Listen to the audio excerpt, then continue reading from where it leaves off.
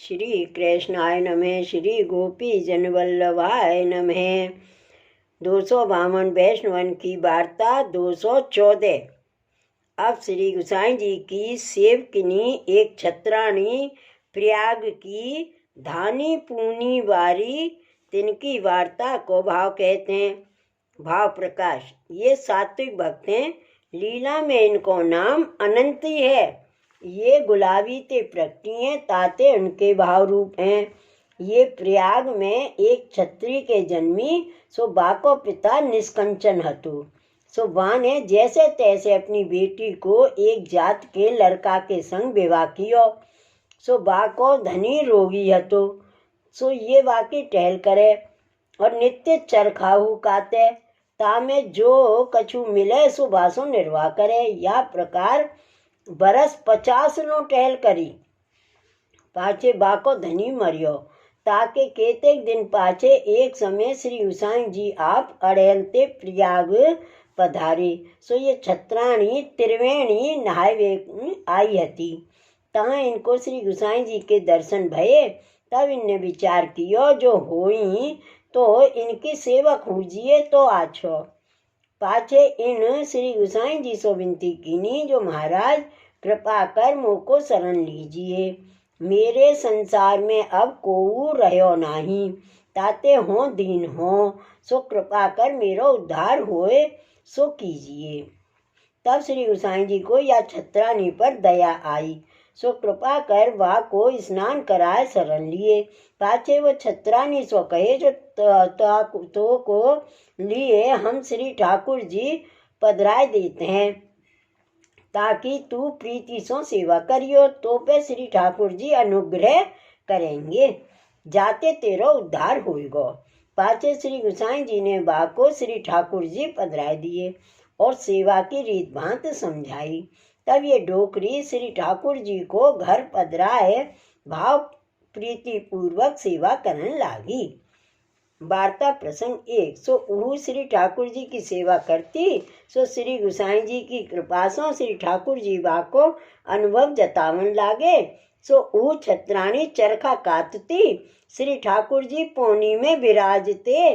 सो पौनी की गादी, पौनी के तकिया और पौनी आप देते जाते। सो ऊ छत्राणी चरखा काटती और धानी को भोग धरती। सो श्री ठाकुर जी अरोगते। सो ऐसे कह श्री ठाकुर जी बापे सदा प्रसन्न रहते।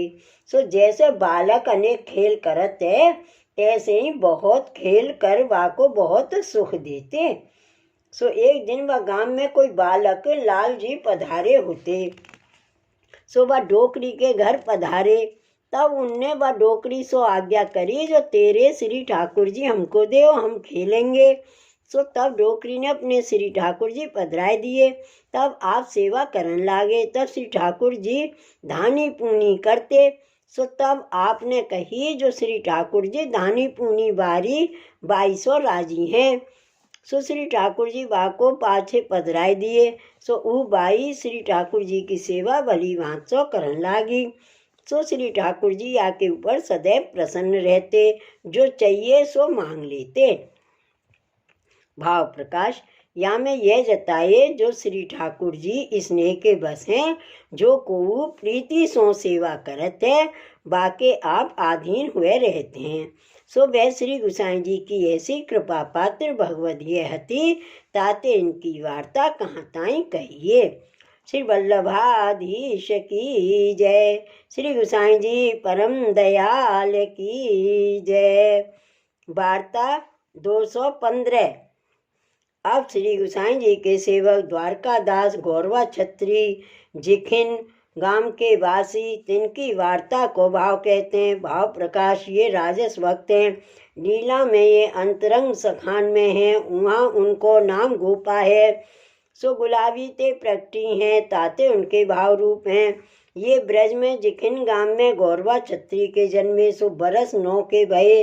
तब ते गायन की रखवारी करे। सो हथियार बांध के वन में जाते।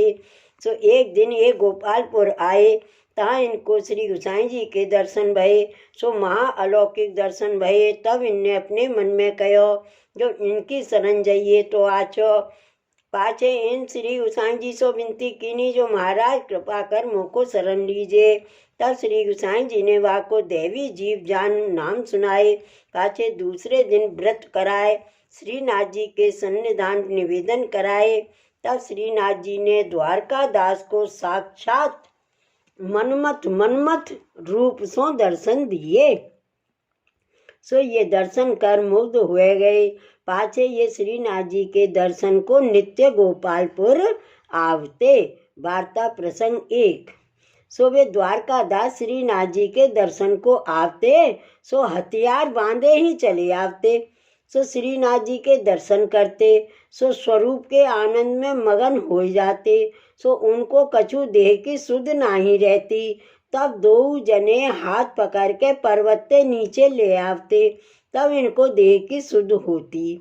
तब दंडवत करते। भाव प्रकाश। या वार्ता में स्वरूपासक्ति जताए, जो ऐसी स्वरूपासक्ति हुई तब जीव को कारज सिद्ध हुई। सो वे द्वारकादास श्री गोसाई जी के ऐसे कृपा पात्र भगवत कहते, ताते इनकी वार्ता कहाँ ताई कहिए। श्री वल्लभाधीश की जय। श्री गोसाई जी परम दयाल की जय। श्री गोवर्धन नाथ की जय। जय जय श्री गोकुलेश, जय जय श्री गोकुलेश।